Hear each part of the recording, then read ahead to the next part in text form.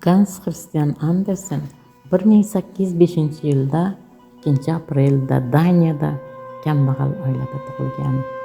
Uning otasi poyabzalchi, onasi esa kir yuvuvchi bo'lib ishlagan. Andersenning bolaligi yili og'ir o'tgan.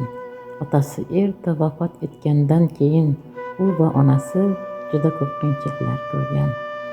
Erta bolaligidayoq adabiyotga qiziqqan, teatr, she'riyat uni ilhomlantirgan.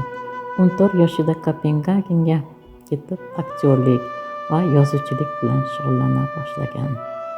Uning iqtidorini payqagan homiylar unga ta'lim olishda yordam bergan. Andersenning ijodi turli janrlarni qamrab olgan: she'rlar, dramalar, romanlar va albatta ertaklar. Ammo uning dunyo miqyosida mashhur bo'lishiga ertaklar orqali bo'lgan.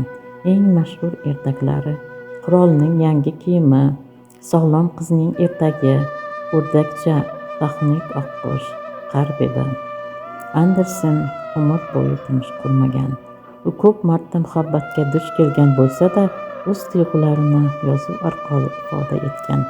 Uning ba'zi ertaklardagi qayg'u va yolg'izlik o'ziga xos tuyg'ularni aks ettiradi.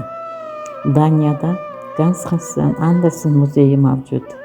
Uning nomidagi teatrlar, maktablar va hatto samolyotlar ham bor. Har yili Andersen nomidagi xalqaro bolalar adabiyoti mukofoti beriladi.